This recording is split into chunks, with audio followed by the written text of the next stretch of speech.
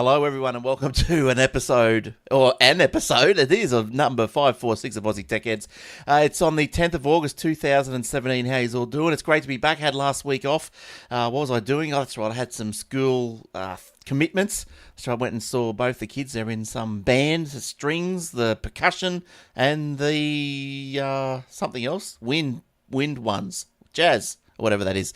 But anyway, yes, how you doing? Hope you've had a good week. I heard the show was left in capable hands last week from Jason and William, and I listened to the show with interest and had a giggle, and it was good entertainment. So thank you guys for carrying the show last week.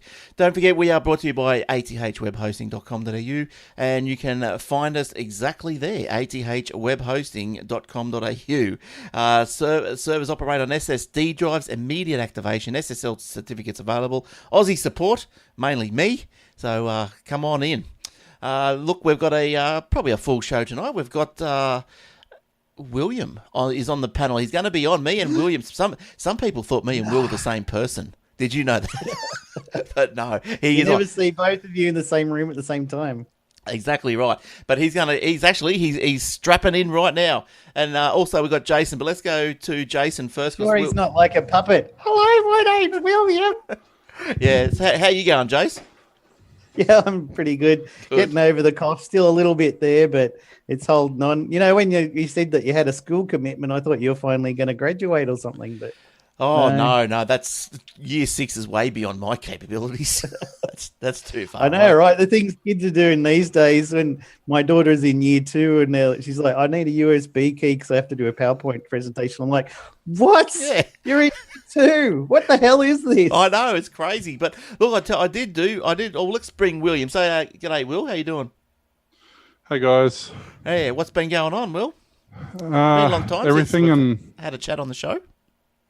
Yeah, well, it's not my fault you can't be bothered hanging around next half an hour. I know. That's not half an hour. Because you're old. Yeah, that's right. Exactly. What was I going to say? I was saying, oh, yeah, that's right. No. I brought... I did learn something from my son who's in year 4 this year. He came home with a PowerPoint presentation he had to do. Guess who did it? Me. And guess what I did for the first time? I did animations on the PowerPoint. Wow. I had words sliding in and pictures coming down. And yeah. I only had a Mac, so I had to save it out onto the FAT32 USB drive and export it into like Open Office compatible so that she could load it up at school, because I just had this Mac laptop was the only thing that I could do it on. Yeah, well, the beauty of having your wife who works for the government is, for whatever reason, they give you a $15 Microsoft Office to use at home. So yeah. Why not? Yes. So we threw that around. And you didn't tell us how many points you got for your presentation. I got an A. Naturally. Oh, nice work, son. Nice work. And how's this? I kept saying that. What did I get? What mark did I get for that presentation? And he goes, "You got an A." I went, "Oh, that's good." And I said, "Oh, so was he happy with me?" He goes, "Oh, he just said you could have used better colours." And I went, "Oh, that's right. I remember those days because I'm colourblind, so it's still haunting me." I had no idea. No, I'm using colours that blended in or something. But anyway, when I was a teenager, I got a job temporarily at a picture framing company and had to go to the doctor and do the Ishihara colorblindness test before I could frame, because you have to match up the frame colors and everything. Oh yeah, not colorblind. You're not? No. There was a colorblind test on Facebook going around. I saw. You had to see that. But yeah, most of those don't actually do anything. No, you have to get the official one. If it says like the Ishihara colorblindness test, it's more likely to be truer than Bob's colorblindness test.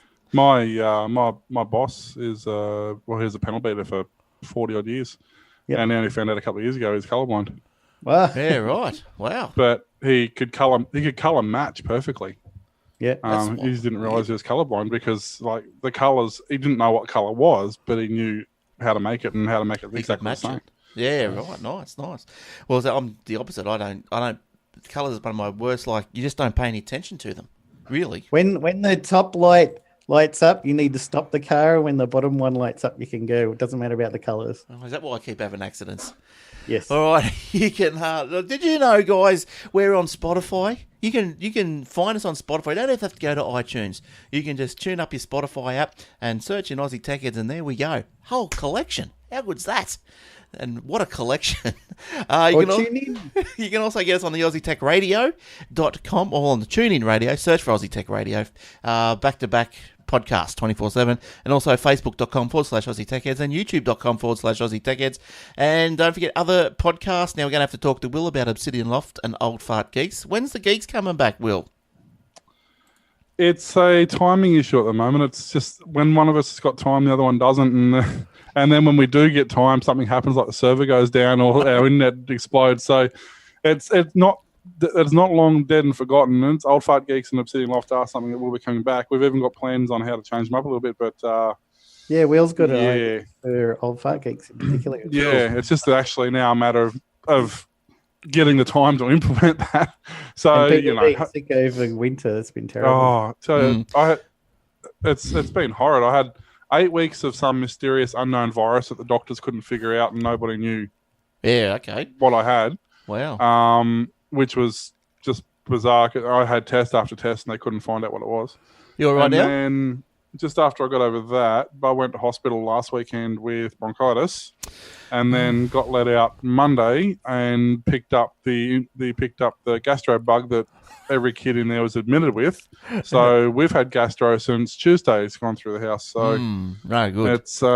It's been fun. Yes, I've had those days as well. Now, other podcasts, the Aussie Mac Zone, tune into Garth and Michael as they tell you all the Mac news that's been going around, and the Aussie Tech Security. Now, I've got an email that came through this week, and I'll bring this up because Jack L. G'day, how you doing? He sent me an email. He wants to transfer his domain. See, he knows he's fighting the good fight. He's bringing his domains over to us. So, Jack L, love the show. Been listening for years. Always fun and informative. I'm glad you're getting something. Sure, he's been listening for years. Glad someone thinks so. I laugh when Eric goes off. Warlock knows everything, and you are very entertaining. Oh, thank you. Keep up the great work. Give me a shout out on the show. There it is. How you going, Jack? Good stuff. Okay, let's get into some stories. Well, let's talk about. I was listening to the show last week when you guys were. Well, that makes one of us. Yeah. Well, I thought I'd, we weren't actually there. Would have. Which show was that? Yeah, I know you guys are two top podcasters and that good. They don't actually do the show, but they're just on it anyway. We don't turn up for it. It just happens. Yeah, it's just voice pasting and stuff. I was listening and you're talking about the TVs from Audi and the Kogan TVs and all that sort of stuff. And you're like, yes, that's right. They won't post a 65-inch to me because I don't know why. I'm a regional area. But I don't know if I spoke about this on the show or not. But I went and bought an Audi TV. The big 50... The Medions? No, it was a Bone. Bone. I think I did because I think we looked up how to pronounce it. But anyway, so yes. I got the Bone TV. Bone TV's been taken back. It's been boned. Oh, it's shite.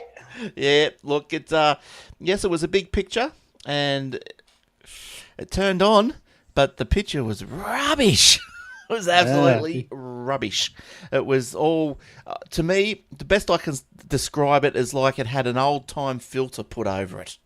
The colour was washed out. The processor couldn't keep up. And this is exactly what I was saying last week. The screens are pretty much identical. That screen in any other TV would probably be fine. It's what processors and powers that screen that's the issue. Well, and that's a shame because, it's a lot of resources go into that. It's a 60-inch, huge TV. But you remember DCL and it's fine. Yeah. I mean, you remember back in the day when you used to watch the demos they had at Harvey Norman when plasmas first came out, and they'll compare against the early LCDs at the time, and they'd do the diagonal strafing. Yeah. And on the LCDs, you always had this pixelation effect. On the plasmas, you didn't. Yeah. It had nothing to do with the screens. The screens are perfectly capable of cleaning that up. It was the crappy drivers they were using on the boards.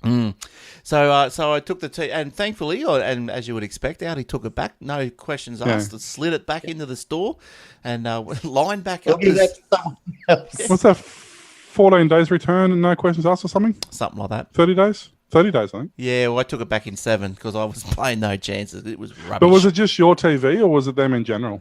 I'd have to say it was that in general, those TVs in general. Like, there's nothing else really wrong with it. Like, They all have the same electronics.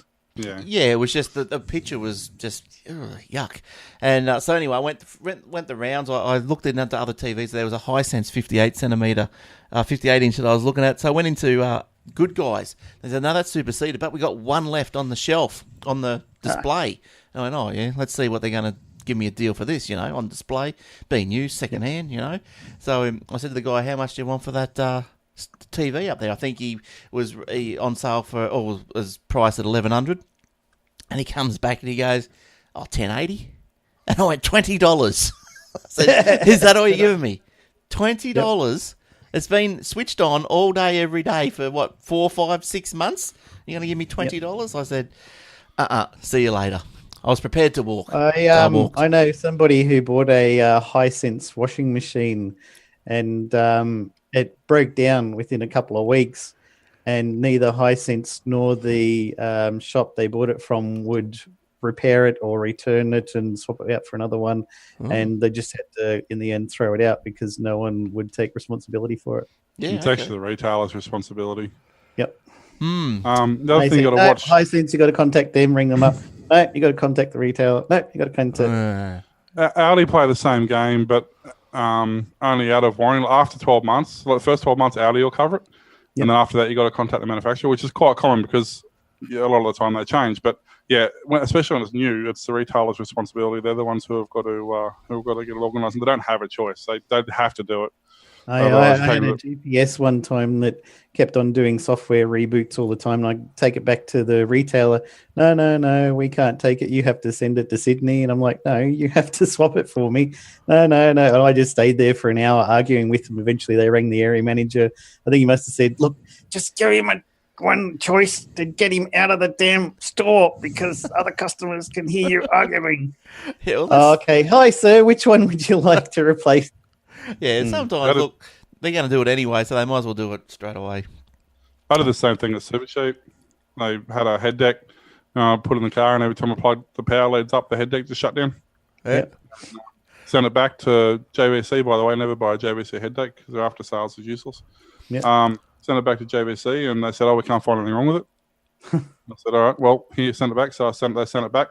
I put it into the car, took a video of the installation, and took a video the second I turned the key on, the head deck shut down. Yep. Took it back to Super Cheap and said, I'm just going to grab another one off your wall over there and let you guys worry about this. Yeah, fair enough. I said, I've been dicked around for 2 weeks to have nothing improved, so I'm just going to go and grab that Pioneer that's over there. It's the same price. And you guys can sort this out. So I walked over to the wall, reefed out the Pioneer and walked out with it. Fair enough. Good stuff. Now, talking about Foxtel, if you've had a subscription and you were a Foxtel subscription through a guy called Haydar Majid Salam Ad-Baghdadi, well, it's kind of your own problem at that point. You've done your money because his Foxtel streaming service has been shut down. He's been... Hey? That's sad. I know. So he's been shut down. A 33-year-old Sydney resident he was. He's got an 18-month suspended jail term for providing access to Foxtel for 8,000 people across the country.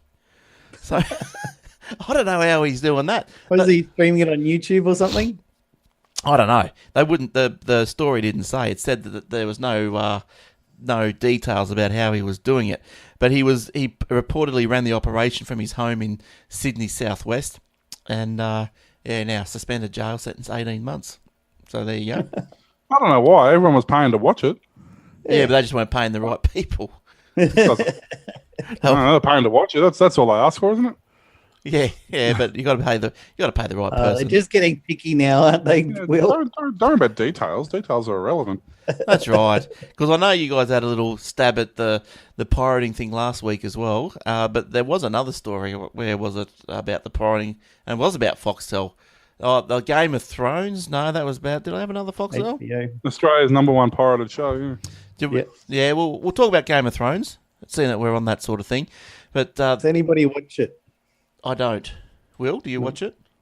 I am guilty of never seeing an episode. I saw 2 seasons and then gouged my eyes out and never watched it again. I watched about 10 minutes And then my wife said, "Nah, it's too gory, turn it off." So never went any further. Actually, but I will want to. I do want to. I have probably seen about 20 minutes of it, and they were all outtakes. I've only watched the gag because it's the only part I've watched. and the real lip reading YouTube. Oh, the real lip reading. That's hilarious. That's good. Well, this is something that you'll be quite accustomed to, Will. In a new dump, they also published a script for the as the yet unbroadcast 5th episode of the current series. So the hackers have jumped in. They've hacked the HBO. They've got an episode or whatever they reckon. 1.5 terabytes of data they reckon. They've got the hackers. Yeah, raw data, that'd be right. Yeah, HBO company documents and video episodes of other HBO shows are also shared. Now, how's this? This statement here made me laugh. It says, the hackers claim they have 1.5 terabyte of data in total, but HBO said it does not believe its email system has been compromised. So... Well, that's no wonder they got Yes, that's hacked. right. That's right. No, we're good over here, thanks. As long as emails are flowing, it doesn't matter, does it? That's right. Emails are still working. Yeah, we're all right. No worries. Now, the ransom note featured in a video containing scrolling text addressed to HBO Chief Executive Richard Plepler, something like that. However, the hackers have not made public how much they want. Our demand is clear and non-negotiable. We want XXX dollars to stop leaking your data. So that XX... 4x. How much is a 4x? It's 150 million. Is that what it last is? report I read. Yeah. Okay. That's expensive beer. It was 150 million on the very first reports released, and everything after that had no value. So they went, oh, we don't know how much it's going to cost us. So HBO spends this is in the ransom note, HBO spends $12 million for market research and $5 million for Game of Thrones Series 7 advertisements. So consider us another budget for your advertisements. And it was signed Mr. Smith. Although the note is not dated, it gave HBO a deadline of 3 days. So we'll see where that's going to go. Probably nowhere. But I was looking up that Foxtel guy bought a decoder and smart cards, and he was cloning his Foxtel smart card so you could put it in other cable devices and satellite devices and get free Foxtel. I thought they stopped that back in the day when they switched to the digital signal because it's supposed to automatic. Oh, that's right. If you don't, as long as you don't plug your, okay, that's right. I remember now. As long as you don't plug your box in and you only got one-way satellite, not two-way satellite. If you've only got one-way satellite and you don't plug your box into the internet, it doesn't know that it's a false card because it's receiving. It's still changing the data, but it's receiving it. Yep. If somebody then that's probably how we got caught. Somebody probably plugged their box in and ordered a movie or something. Yeah. And they would have known. That's probably, didn't they read the fine print in the How to Steal Cable document that he presented them with when they paid him for it? Well, remember back in the day of Ozstar and all that, you used to have the gold cards? Yeah. That's exactly what it was. But that was when it was analog and it had no way of returning the acknowledgement that it was copied. Makes me think of The Simpsons when Homer's got that manual. So you've decided to steal cable. That's funny. So that's what's going on. All right, Jace, what have you taken an interest in this week? Researchers in the United States have unveiled a prototype of a battery-free mobile. Using technology they hope will eventually come to be integrated in mass market products. The phone is the work of a group of researchers at the University of Washington in Seattle and works by harvesting tiny amounts of power from radio signals known as radio frequency or RF waves. Ambient RF waves are all around us. So as an example, your FM station broadcasts radio waves. Your AM stations do that, TV, cell phone, etc. And they're transmitting RF waves. The phone is a first prototype and its operation is basic. At first glance, it looks a little more than a circuit board with a few parts attached, and the caller must wear headphones and press a button to switch between talking and listening. Right. Yeah, And basically, I mean... Yeah, Will. You used to be able to do those little crystal radios you get from Dick Smith, and you could make a battery-free radio and tune into stations around. That's what I was going to say. It basically works exactly the same as the crystal set. Slight differences. Receiving information uses very little. Transmitting, though, because they have to encode it. That's right. The transmission of anything, whether it's a radio, whether it's a UHF, like a two-way, whether it's a mobile phone, anything that transmits uses a lot of power. So that's where the tricky parts come in. From what I understand, it receives. I mean, you see, if I go back to that picture, you can see the aerial is quite large on it. Like the aerial is the whole top of that phone, which makes it harvest RF frequencies really well. The problem is it doesn't have a very strong transmitter section built in. So you would have to be, at the moment at least, you have to basically be sitting right underneath the tower to actually make a call. But I can see that maybe with the addition of a couple of capacitors or something like that to hold a bit more energy in the device, I can see that. They also plan a version that uses a tiny solar cell for power. Well, yeah, the same as the calculator. I mean, imagine that, just leave the thing basically face down and have a phone for emergency with a prepaid SIM in it, chuck it on your dashboard or whatever, just leave it sitting there. And then, in 2 years' time when you need to use it, it's good to go, That's all right. Sounds good. Yeah. It's needs a case. Don't think it'll ever be a mainstream phone, although, I don't know. I mean, they say in the future, every smartphone will come with a battery-free mode where you can at least make a voice call when your battery's dead, so like emergency or something. That's what I was about to say. But yeah, it would literally, I don't know though, it would have to have a physical keypad because there would not be enough power in the phone unless it was just a one-button dial to a emergency service or something. I bought a charger that's solar for my phone. Never used it, but they're out there. I bought it from Aldi. Yeah. Some of them work really well, and some of them don't. The larger they are, the better they're going to work because the solar panels will actually do something. On a lot of the little small ones, cigarette-sized ones, you see they don't work, and half of the ones I've actually pulled apart, the solar panels aren't even connected. Oh, I won't bother opening that one then. I'll keep it in the box. Oh, well, it'll be in the box that long, the batteries will be dead and it'll never work again anyway. Now, how good are these Google Homes? Are they any good? Don't know. I don't have any need for yelling at another device. I mean, I've got my Galaxy S8. If I want to ask it something, I'm not going to pay $300 or $400 to have a box sit there and say, "Yo, what's the temperature today?" I can't be bothered typing it in or looking at the widget on my screen that's already there. I mean, I want to know what happens. I've currently got two Android sitting beside, two Samsung sitting beside me. I've got a tablet sitting over there. I've got another tablet sitting over behind me. So what happens on your PC? What happens when I say "Okay, Google" and 14 phones decide to listen? Like, what's going to happen? Like, how does it know that I'm talking to it as opposed to talking to my phone? Well, I did an experiment today, Glenn. I said, "Okay, Google, why should I buy a Google Home?"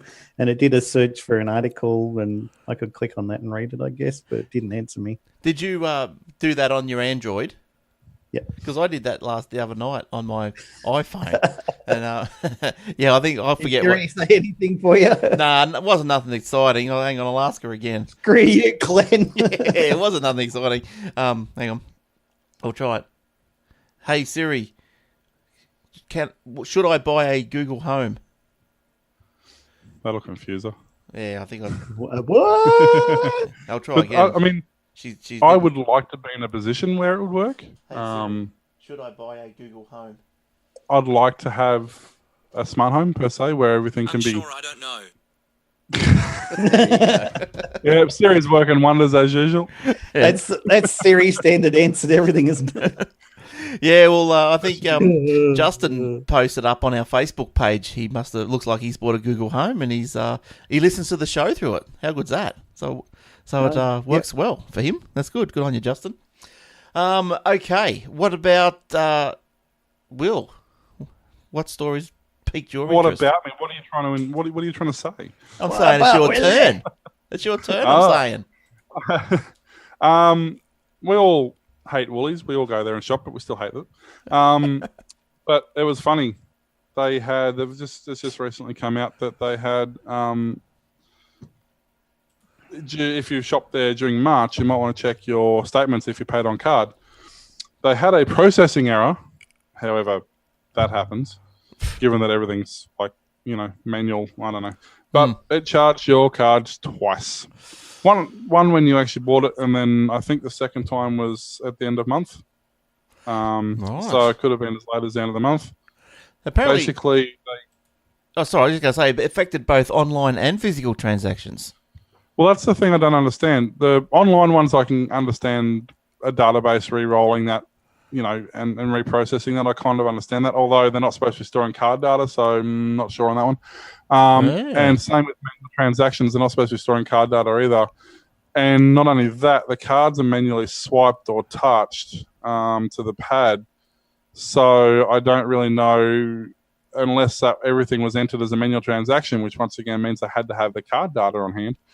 Very good, very true, Will. Very true. So I'm not quite sure. They don't say where it happened.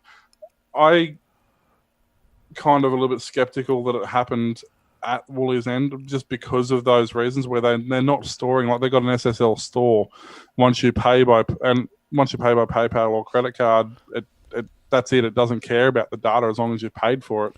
Well, they're blaming Cuscal. Yeah, I was going to say it would have to be the bank. And I think Cuscal is. I'll be back in a minute, guys. Yeah, I think Cuscal is the portal. So, okay. Yeah, if you're looking for, please visit here. So it must be the portal where all the payments go through. But yeah, so I like one of the statements that Woolies come out with today, and I'm like, you got to love these statements, don't you? Like it goes. Did you see the fake Woolies support account on Facebook? I've heard of it. That's been around for a while, hasn't it? Somebody set it up, and they were posting about this, and they're like, "Dude, I don't know what you're worried about. We'll give you a refund in 6 to 8 weeks. Just shut up." What? Yeah, this kind of thing happens. Maybe you should have bought something better than thing. Or they're just telling everyone to shut up and stop complaining. And Woolies eventually banned them, but a lot of people thought it was a real Woolworths support account. How can Woolies ban them? Well, they complained from there because it's a Woolies page, so you can ban people from posting on your own. Oh, I see. Yeah, okay, right. Yeah, but look, as I was going to say, you love these comments or the touching bits of concern that Woolies has delivered, and it's the same with everyone. I think it must be in the manuals that all these corporations get. We are working closely with Cuscal and can confirm any payment errors will be corrected as soon as possible. I'd just like to know how close are they working with them. The problem is people got charged twice, and if you bought $200 worth of groceries and then you got charged another $200 and you can't afford to pay rent, or you can't afford your school fees, or you can't afford to buy food for next week, or it's a big impact on a lot of people. Yeah, because I'm due to do another phone call to Telstra tomorrow. I think I might have to do it. About 2 months ago, they owed me $100 credit, which never has happened never found its way to the bill yet. And so I rang them last month, and they go, "Nah, don't worry, it'll come. Probably take 3 months." I'm going, serious? Like 3 months? Like I've had credits before quicker than that. But anyway, that's what happens. Yeah, I'm waiting for one from Medicare. They said 6 to 8 weeks. Right. Yeah, but Medicare is probably a little bit different. Like because it's just like a There was a rebate, but the person who was getting the rebate through the medical place put in like $20 instead of $80. So I have to wait. They said, no, I'll have to do a manual resubmission and then post it to them because what's internet? And then they have to receive it and somebody has to open up the letter and then read it and then type it into a computer. Oh, geez. That's a long process, isn't it? Anything to do with the government is a long process. And I'll tell you what... They don't like giving back money for some reason, these governments. No, but I'll tell you another... I'd like to hear your opinion on this too. Talking of governments, the AEC is building an app for enrolment and polling info. So there's going to be 2 mobile applications, one for the public use and one for the election staff, the election workforce, to provide better access to its services and information. Now, the public app will allow citizens to check their enrolment status and details of federal, state or local electoral divisions and use GPS to identify the closest polling station and wait time. So first point, and determine wait time. So that means someone has to be, standing in the polling booth counting times. So that's a waste of money. What do you want wait time? Unless it's like blown out of control, like can't someone just look and go, yeah, it's out the door, don't bother. But it will also hook into the AEC's Tally Room API to provide access to results in real time and offer voters voice functionality to help people with communication difficulties participate in elections. So that's all good. No one, that's great. That's good. I think that could be a big bonus for us. And does it tell you if you're voting location has snags. It probably does. Oh, well, If it doesn't have the sausages, I'll go to a different one. No, that's right. But anyway, what is my second point? Why don't they combine it and have the voting booth at Bunnings? Well, that'd be... Snags are already there. You're too right. Right. But How Aussie could that be? While you're there, you can pick up a few supplies. yeah, how good would that be? That would be nice and easy. Now, the AEC, now you would have thought that doesn't sound too hard, does it? You'd be able to make an app like that, I guess, Jay. You know, given, 6 months? Not even. You'd crumble something together. But anyway, because we already got GPS, right? They're in the phone. That's already in the phone. We've got details of closest polling station. That's not hard to do, blah, blah. Nothing really hard there going on. But anyway, the AEC has already drafted an API and conceptual user interface design specification over the last 2 years. It's taken them 2 years, and the thing's not built, and it just says now it wants help building the app. So they've sat in a room. Right? That's what's crazy. Isn't it crazy you sit around in a room for 2 years and think, we wanted to have a button, 3 buttons and some You work text. for the government. You don't want to go fast. You get paid by the hour, man. But anyway, that was my point number 2 out of that story. I just thought of amusing. No mention of the use of the app for electronic voting, and it remains unlikely this will change. No. So there you go. What else you got, Jace? Well, speaking of GPS, the risk of cyber attacks targeting ship satellite navigation is pushing nations to delve back through history and develop backup systems with roots in the World War II radio technology. Ships use GPS, global positioning system, and other similar devices that rely on sending and receiving satellite signals, which many experts say are vulnerable to jamming by hackers.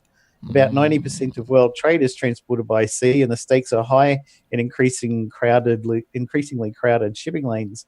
Unlike aircraft, ships lack a backup navigation system, and if their GPS ceases to function, they risk running aground or colliding with other vessels. South Korea is developing an alternate system using Earth-based navigation technology known as E-LORAN, while the United States is planning to follow suit. Britain and Russia have also explored adopting versions of this technology which works on radio signals. Oh, there you go. Look, I think that's probably not a bad idea, is it? Like if they're worried about getting hacked and things going down. Even if you weren't, what's wrong with having a backup just in case there's something with one system, you've got another one? When are they going to introduce Morse code back again? Yeah, but that's not a bad idea. But it's funny how everything of yesteryear it's just unhackable. Yeah, and it's unhackable. Like the book, you can't hack a book. That's right, and all these things. You don't have to worry about digital copy protection on your book.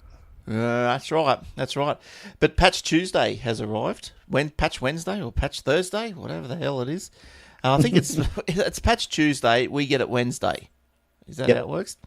So Microsoft's monthly Patch Wednesday for us has seen a few bundle of fixes. So there's a total of 25 critical vulnerabilities in several products, all taken care of, including the first fix for a security flaw in the Windows subsystem for Linux. So, the Windows subsystem for Linux appeared last year. It is the result of a collaboration between Microsoft and Canonical, which develops Ubuntu and allows users to run Linux binary executables on Windows 10. Now, patches are also available for Microsoft's Remote Desktop Protocol, blah, blah, blah. And then it keeps going on, which I find this is another strange one in a story. There's also a patch including server database and other software, including the built-in Adobe Flash Player in Edge and Internet Explorer. How's that? So get Adobe out of there. I know. Like everyone. Flash is dead. Even Adobe said Flash is dead. I know. No deal. Everyone's running for the hills, running for the big flash pan in the sky, and Microsoft's still mucking around with it, with Adobe Flash in the Edge as well. It's in their at least they got rid of Silverlight, right? Or have they? Bits of it still hang on, but it's officially dead. I think my Foxtel Go uses Silverlight. Yeah, that's sad. Yeah, I think I've got to download. That's probably why it's so unstable. But yeah, there's so many technologies and stuff around, isn't there? Like, just so much around. You can probably can't keep up.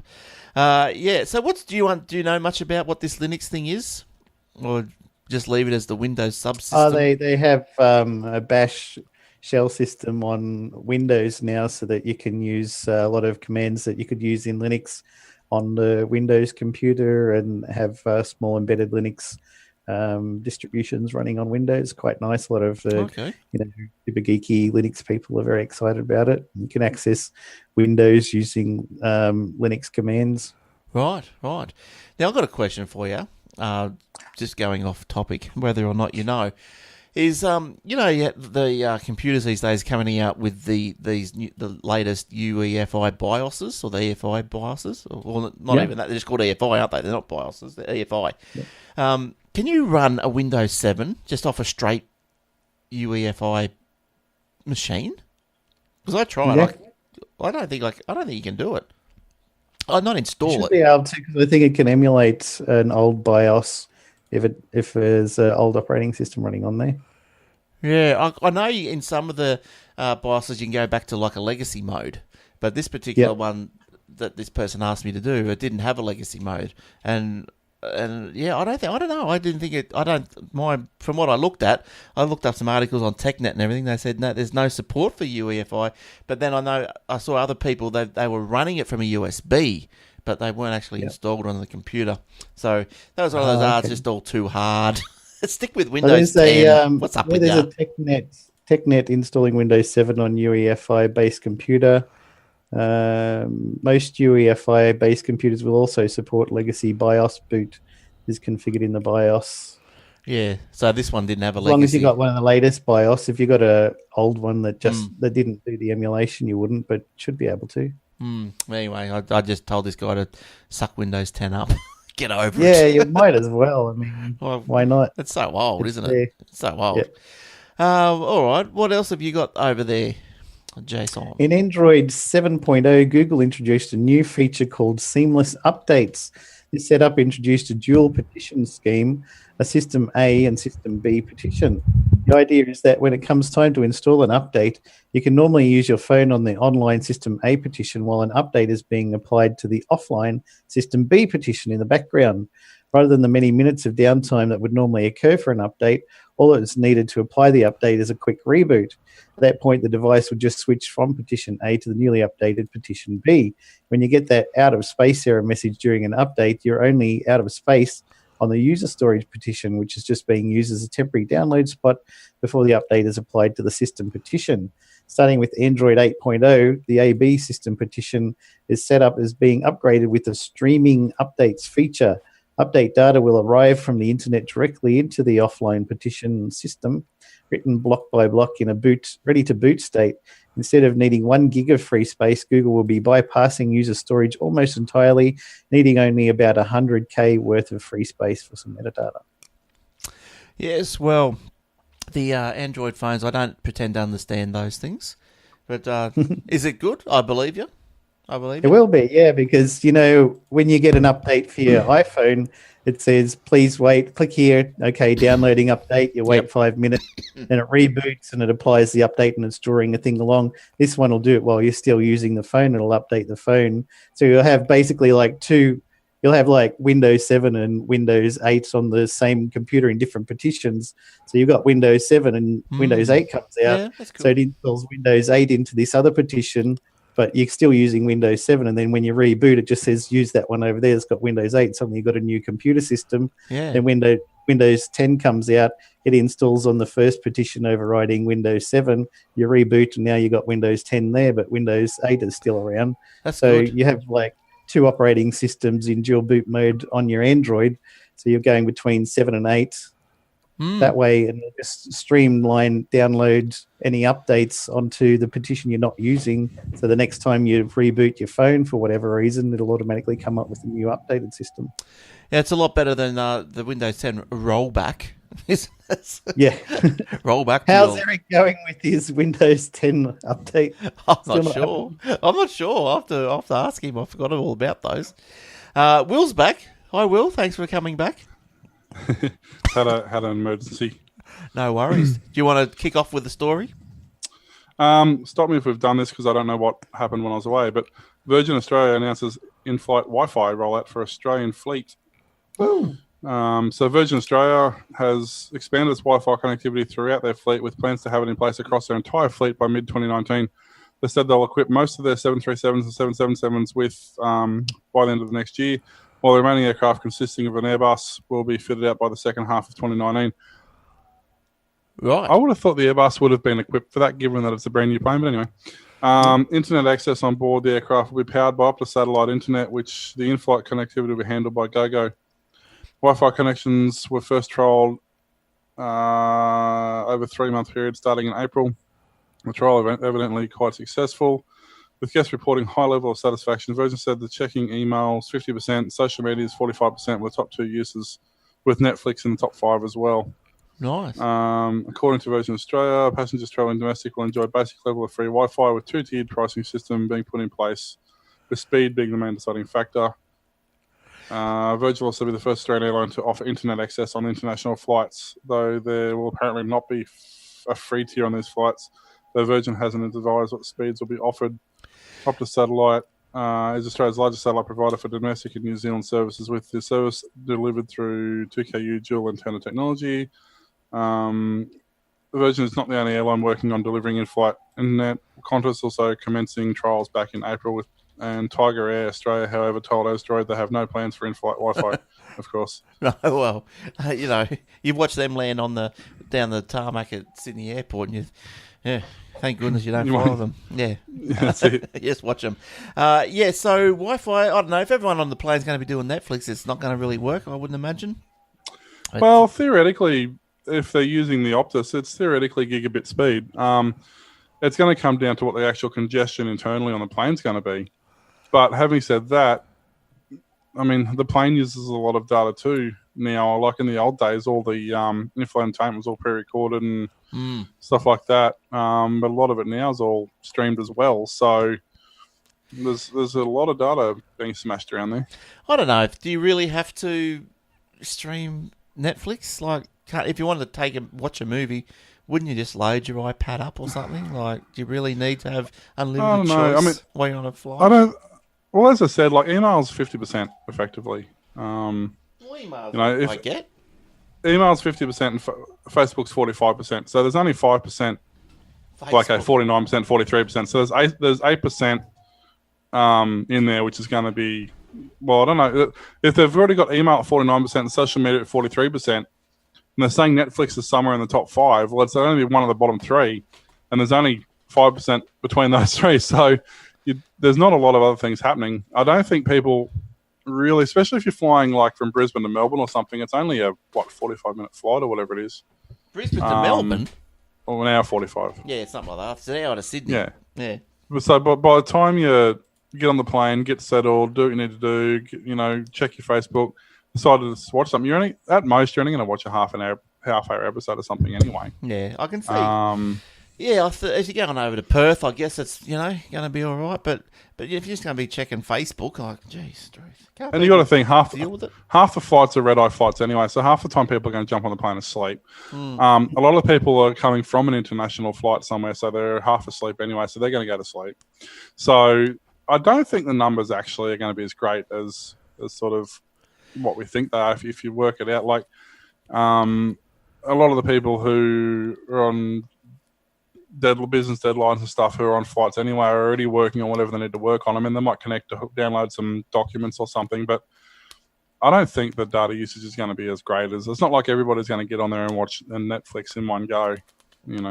Did you see the video I posted onto the Aussie Tech Heads Facebook page about the pilot airdropping a picture of the other plane to the other plane? No. I started reading. I didn't actually get a chance to watch it.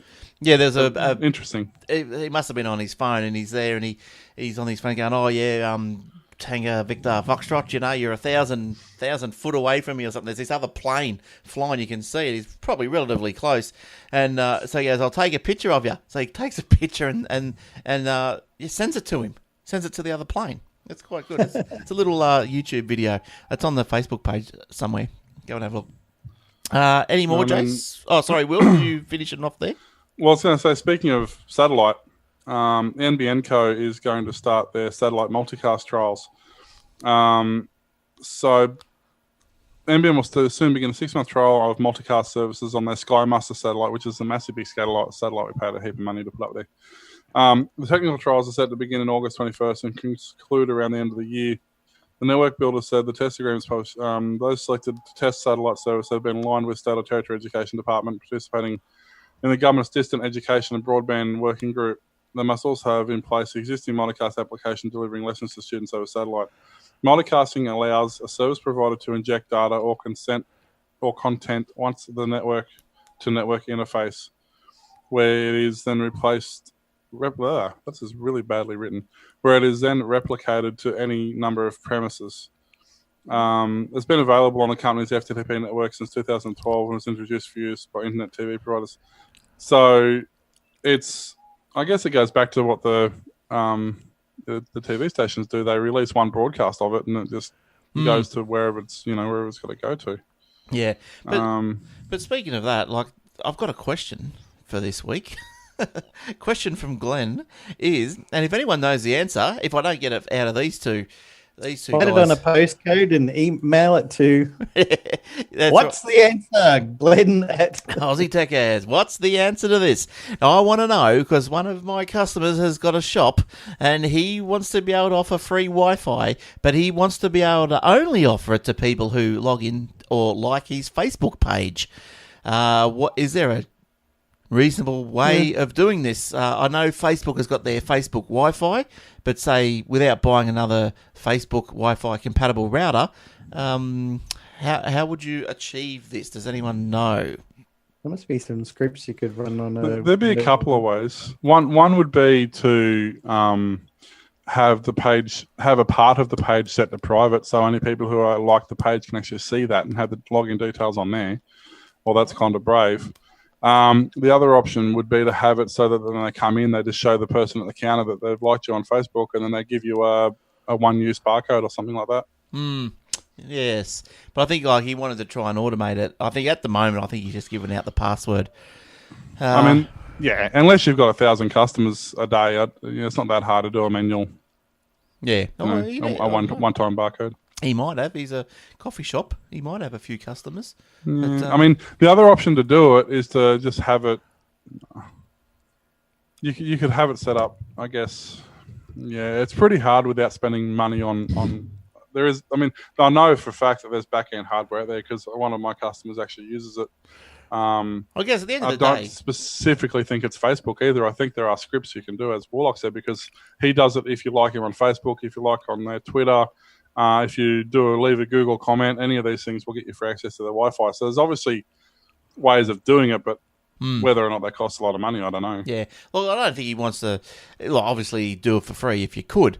But, yeah, if he has to buy something, he's prepared to buy. It's just, at this stage, I thought, I'll Google it for you. That's where I'm up to. I'm Googling it for him. There's a reshiftmedia.com has got using the Facebook Wi-Fi. You need a router that supports it, like a Netgear R6300 smart Wi-Fi router. Yeah, I saw those routers. There's about half a dozen of them. I think they've got this Facebook Wi-Fi. But yeah, because that's where it's all about, like this advertising your business on social media. Like he says he gets people coming in because on Instagram, they said your muffins look good. So... So you must have pretty crappy plans, though. Are they students a lot or something? Because data is not that expensive anymore. I mean, I'm 20 gigs a month. Yeah, I know. I don't think my phone. I'm not going to connect to free Wi-Fi anywhere for security reasons, regardless of if it's Joe's Muffin Shop and he's a really nice bloke. That's right. Yeah, I wouldn't either. That was kind of what I was thinking would be a better option, to actually give people a one-use token, and that way it's a secure connection. It's not an open Wi-Fi. Open Wi-Fi is asking for trouble, even if it is only restricted. And the other thing you can do too is you can have it set up. If you do it that way, it's much easier to manage bandwidth consumption and stuff like that, because you can restrict people's bandwidth and stop them from streaming, and like Macca's do. Yeah. Well, I guess like he but the average Joe, they don't care about security. If they get free Wi-Fi, you beauty, I'm in. Yeah. That's I guess on On your phone, I guess it's not really an issue, is it? Oh, it depends. Not really. Well, not really. Not compared if it was a laptop or something like that. But yeah, but you're talking to, when I do these security podcasts with Roger, the Aussie Tech Security, like, I asked him about free Wi-Fi just in the other episode, like not too long ago. But people, if they can get in, sniff out your phone or whatever, then you've got passwords in there for your emails and whatever else you got going, and yeah, they can still grab your names and personal details and go and spoof you somewhere else and whatever. But at the end of the day, they're going to do that regardless of whether it's the sort of industry that's just going to happen like that. Most people are not that interesting for people to want to hack anyway. I mean, it's not like you're taking your entire MacBook to Starbucks. Mac to Starbucks, Starbucks or anything like that. Do it again.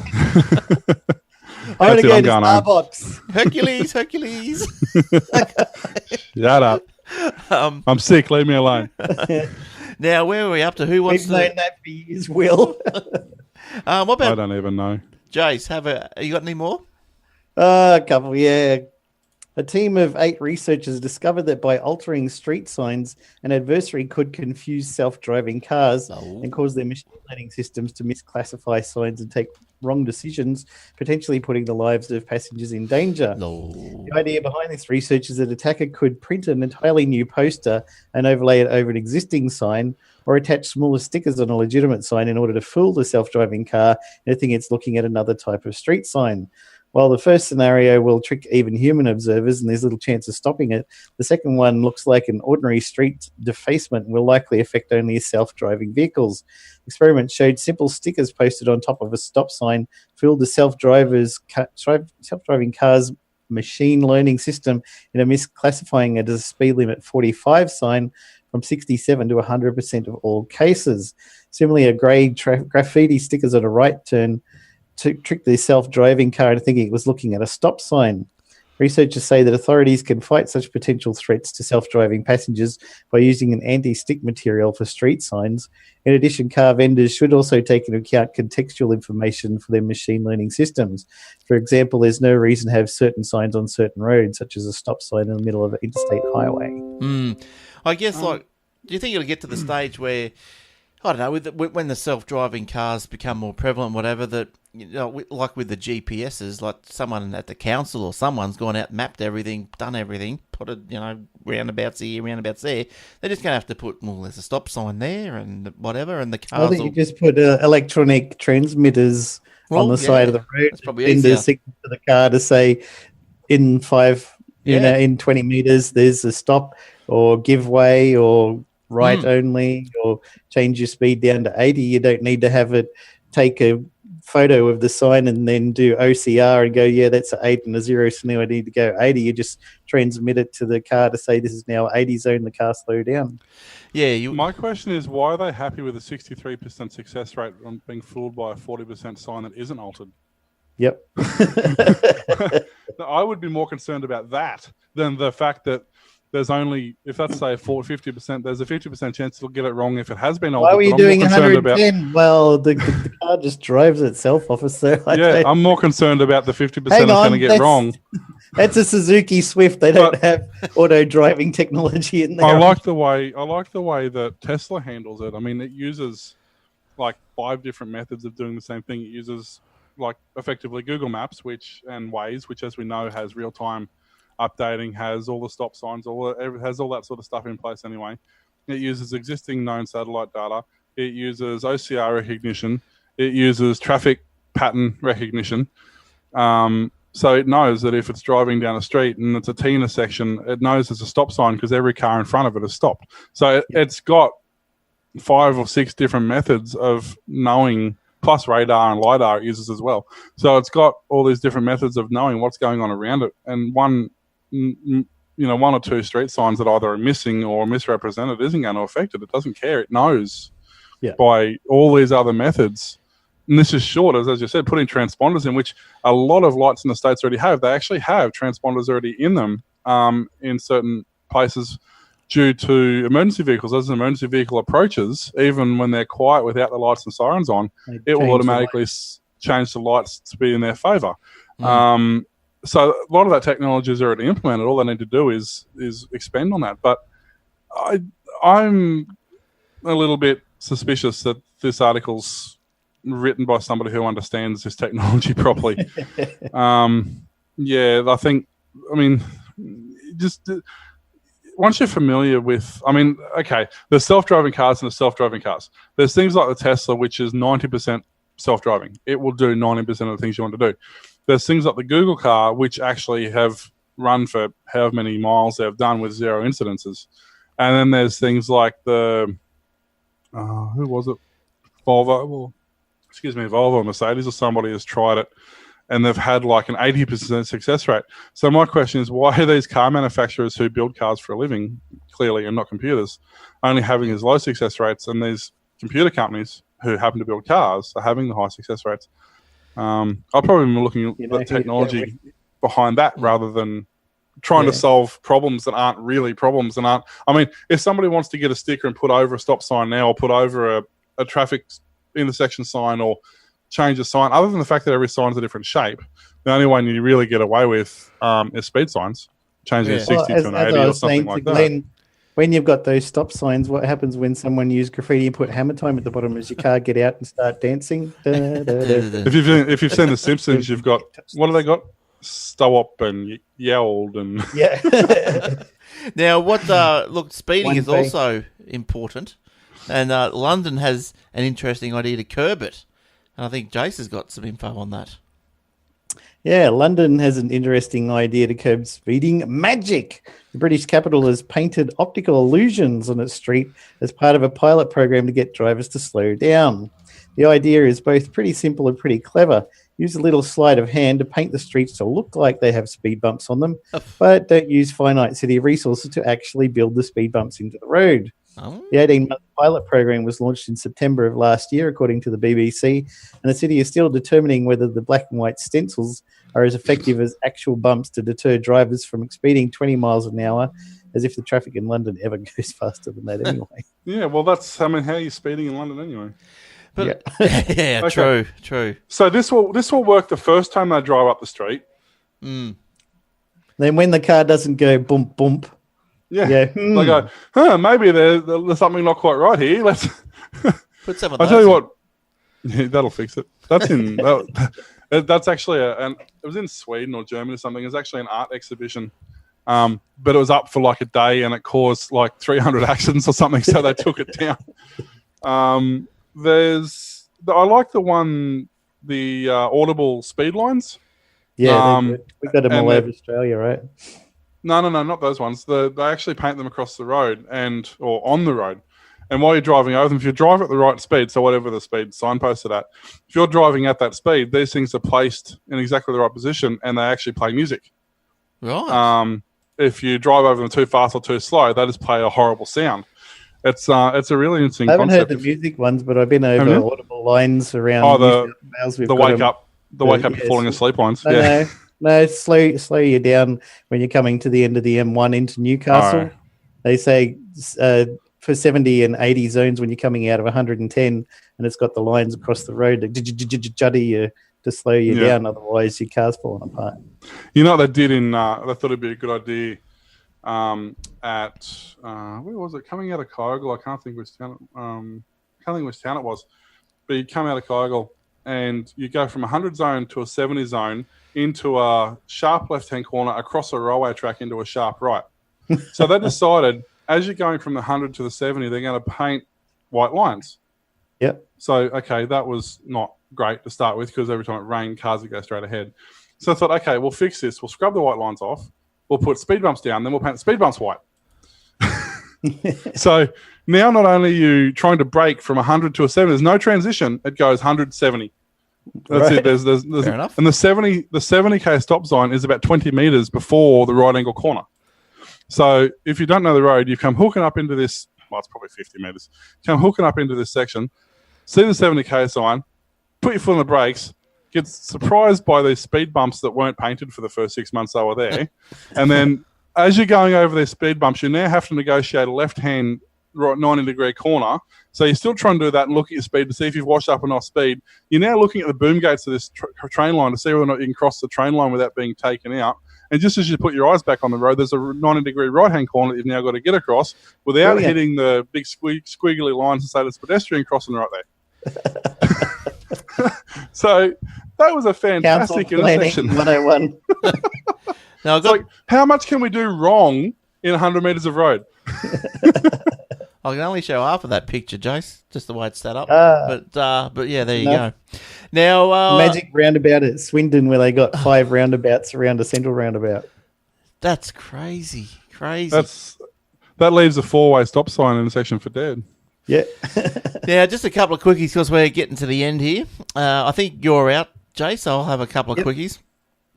The password guru, some guru who sprouted off about passwords back in the day. An idiot. Bill Burr, has advised to change. He had advised users to change their password every 90 days and to muddle up words by adding capital letters and numbers and symbols. But the current guidelines scrap all that. He goes, I made a mistake. That was too much. People are not doing it, and they're making passwords easier and easier because they've got to change them all the time. Password 123. He said, no, current guidelines no longer suggest passwords should be frequently changed because people tend to respond by making only small alterations to their existing passwords. For example, changing monkey1 to monkey2. Now, Mr. Burr's original advice was distributed by the US National Institute of Standards and Technology. Professor Alan Woodward from the University of Surrey said, but we've known for some considerable time that these guidelines actually had a rather unfortunate effect.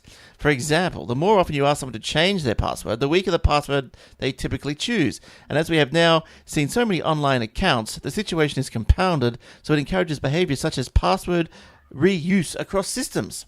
Well, exactly. I must have, for sites I don't care about, I use the same password. I think I've got a different password for email, bank, and that's about it. Then everything else has got about the same password, I think. And it turns out that password is a better password than P0SSW3 !! Yeah, it's recommended organisations abandon the policy of pushing their users into regular password resets, and they should support the use of password managers, programs that actually store the hundreds of different logons in the cloud. And that's like the LastPass. Google that if you haven't got one. LastPass, that's what I use. I think most you guys use it too. I know Will probably does. And they got family accounts now, so you can add on other people in your family to the one account. Share passwords and things. Oh, right. Okay. And what do you use, Will? Well, you got all in that big brain. I use a variation on one password. Oh, yeah? Yeah, that'll probably work. So if you... I have done for 20 years. Yeah, okay, good. Now... But that's the exact reason. I said this 5, 6, 7 years ago, and I got shut down. No, you can't use the one password. You've got to change it. Ironically, the person who told me that, who was an expert in the industry, has been hacked several dozen times in that period of time. He's been pwned. And I haven't. So, not saying I won't, but I currently haven't. And I've had the same password for that length of time. So chances are, odds are in my favour. And that goes to show you, not that I'm anybody to anybody, in terms of hacking, but people don't care. If they get a username list off something, they're going to try their best to get in regardless of what they can do with it for botnets and stuff like that. But that statistically, if you don't change your password, you're less likely to get hacked than if you do. And that's the exact reason. Because you'll go, I don't know what my password is. I'm just going to reset that. Then 3 days later, when you get a password reset in your inbox, you go, I must have done it because I probably forgot what it was. You're not taking any... These security preventions that are in place, whether it be... And I hate, with a passion, I hate that stupid double two authentication login. That's the worst thing ever. Yeah. The only thing that's handy for is a bank. Other than that, it's not worth the time or effort. But the thing is, like, if you're changing your password every second time you log in because you can't remember what it is, then when you do get that notification saying, hey, you've tried to log in and you reset your password, oh, yeah, that was probably me. You don't go, I'll just click on it. Oh, it's from Bangladesh. It probably wasn't me. Well, it's the same. It's the same when you get those Google emails and says, a device has just logged into your your Gmail and the device is located in Brisbane. And you go, well, I'm on the Gold Coast, and that must be me. It's close enough. Yeah, that's right, exactly. Or a device in San Francisco's logged in. You go, it must be something I'm using. So, yeah, that's all right. Yeah. No worries. Well, actually, VPN. I was going to say, I got tripped up on that when I was using a VPN a while ago. I was doing something on one of the tablets, and I forgot I had it. None of the other phones were, but this one tablet I was testing, I had it routed through the VPN. And I'm playing with something, and I'm logged in, and I've got an email saying, you logged in from wherever it was, New Mexico or something. I'm like, no, I didn't. I'll just change that password. So I changed the password, log back in again. You just tried to log in from New Mexico. I'm like, hang on a minute. I know what's going on now. VPNs. Woo-hoo. Yeah, and I think you can, if you're worried about it, you can, in Google somewhere, you can go through and look at all the devices that have access to your account, and you can tick them off, flick them off, or There's whatever. actually a limit. There's a limit. I found it the other 15 or 20? Is that right? It's not that high. Yeah, it's only a dozen or a bit more. It's actually I actually found it the other day. I was really surprised because I see it's kind of annoying in some respects because I log on to 4 different computers at work. And because we're on a business thing, they're all on the different IPs, and then I've got a couple of phones and a couple of tablets through work and through home that I use, plus a laptop. So. Really, I run out of devices very, very quickly. You do. Look, and the last one I had this week was a couple of years ago. There was some guy trying to secure a patent called the podcast, as the term podcast as his patent, but it's been ruled invalid by court. Now, the Electronic Frontiers Foundation, or the EFF, argued that personal audio had not invented anything new. So EFF is an international non-profit digital rights group based in San Francisco. So they're the good guys. Oh, the good guys in this story, the EFF, and the personal audio were the bad guys who wanted to try and charge everyone, I suppose, essentially, end of day, charge everyone if they wanted to call their thing podcast. So the personal audio had tried to develop a digital audio player in the 1990s. The product never went on sale. In 2013, the founder, James Logan, said he'd spent $1.6 million on his creation. During the life of personal audio, I invested $1.6 million, he said. There you go. The technology at the heart of the legal dispute allowed websites to be updated with new video and audio podcasts. Companies targeted by personal audio for using it included broadcasters CBS, NBC, Fox, and Consumer Electronics, and Samsung. So EFF began proceedings in 2013 and crowdfunded for costs. So EFF started proceedings, says, we don't want you to, tie this term up. However, EFF said people had already been uploading podcasts before personal audio filed the patent in 2009, and that's where they come unstuck. Because they said he's only about 10 years too late. Yeah, so because they said he invented it or whatever, but the EFF found some prior art, as it were, and said, no, Sonny Jim. Well, that's not hard. I mean, how long? I mean, there's podcasts that have been around longer than 10 years. Yeah. Yeah. Well, yeah. So, Well, that's right. Yeah, because I think iTunes they come out. When did podcasts come out? About 2000. Well, when did the first iPod come out? Back in 90? Yeah, a long time ago. 98. Well, that must be a misprint on that timeline there, surely. So blah blah blah blah blah blah blah blah. Must be. 2009. EFF said people had already been uploading podcasts before personal audio filed for the patent in 2009. Well, maybe they filed the patent in 2009 saying they'd invented this thing earlier and they were relying on prior art. They tried to develop a digital audio player in the 1990s. Not the same thing. Yeah, but anyway, it looks like it's all... Well, there you go. Washed. Adam Curry and Dave Weiner are credited with an invention in 2002. That's for RSS. Well, they're credited with the invention of podcasting. So audio blogging features into it. Yeah. Oh, well, there you go. But anyway, it's all sorted, and no one will be charged for using the term podcast. But that was like the guy who tried to make the thing with Ugg boots. Yes. Yeah. Yeah.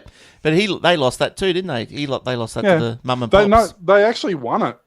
In the States, they won it because nobody ever heard the term Ugg boots. But everywhere else in the world went, no. Yeah, that's right.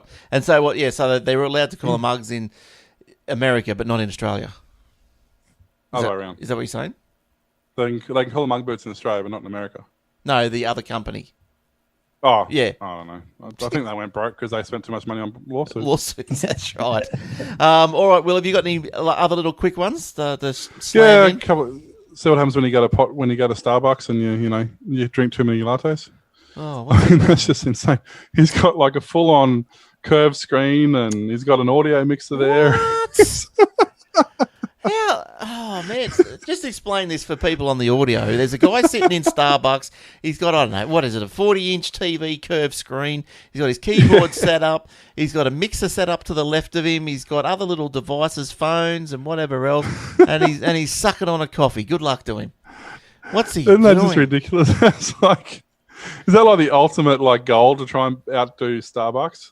Well, it must be. Like, how long would that take to set up? Is that fair income? He must be doing doing a podcast. It's legit. Starbucks. They call him the freak. They call him the mysterious beatmaker. Yeah, apparently he sets up there, does his podcast. Apparently it's in it's something of regular. Apparently, right. He sets up like twice a week. Sets up first thing in the morning, podcast during the day, leaves in the night. He'd be like Paul Hogan, wouldn't he? Painting the Harbour Bridge. He'd set it all up to his podcast, pack it all down. Oh, time for another one. Set it all up. It's 2 days ridiculous. A week. Yeah. But that wasn't what I was going to say.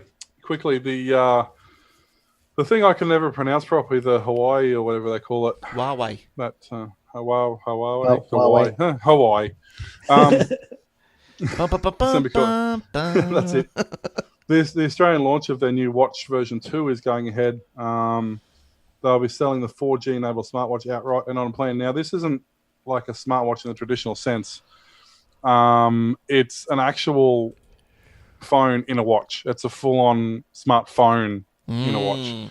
And as you can see by the pictures there, it can either be a full digital look or it can actually switch and look like an actual legit watch that you would swear was just a normal mechanical watch. What's the date? What's the date on that story there, Will? If it tells you. About 2 days, or today actually. Because I come across just another story today, and I wonder if it's in reaction to that. But all of a sudden, the next iWatch will be able to make calls without the iPhone.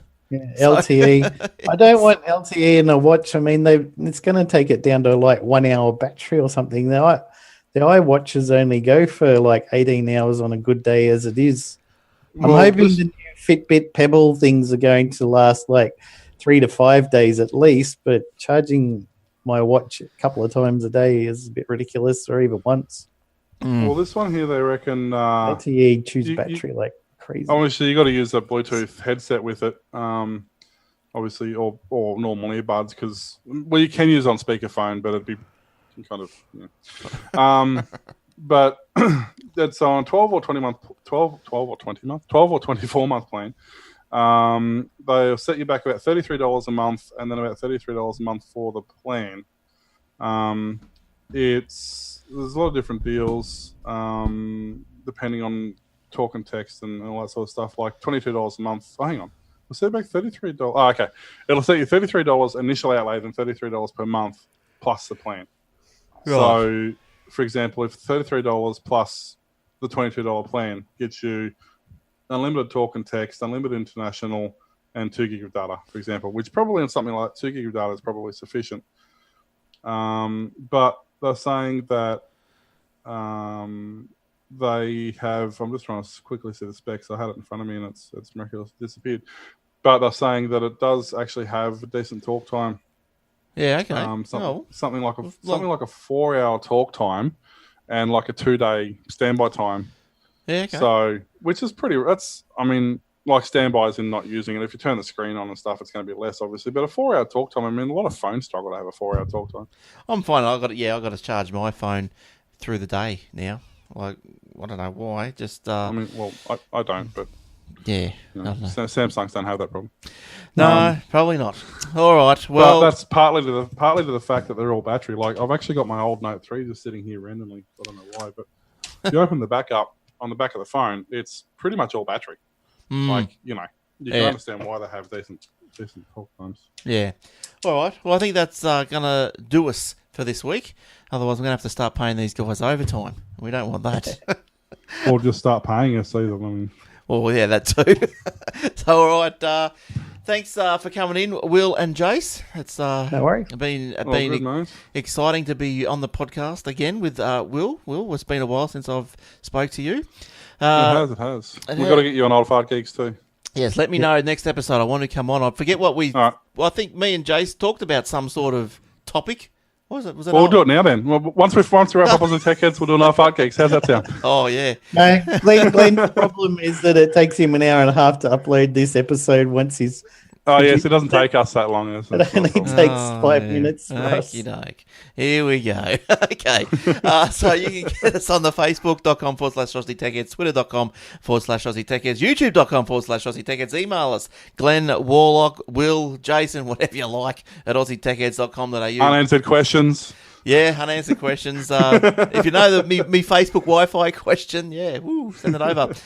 You can hear us on the AussieTechRadio.com 24/7, back to back, and all will be good in the world. All right, so thanks, guys. Thanks, Jace. Thanks, Will, and we'll... I know it's been a while, but I mean, come on. I Who know. are you? Wasn't he on this show before I was? Only been on 100 episodes. I mean, what do you... You've been around somewhere. You've been pushed out. All right, thanks, everyone, and take care. Have a good week, and go the Sharks. We'll see you all next week. Bye-bye. See you guys.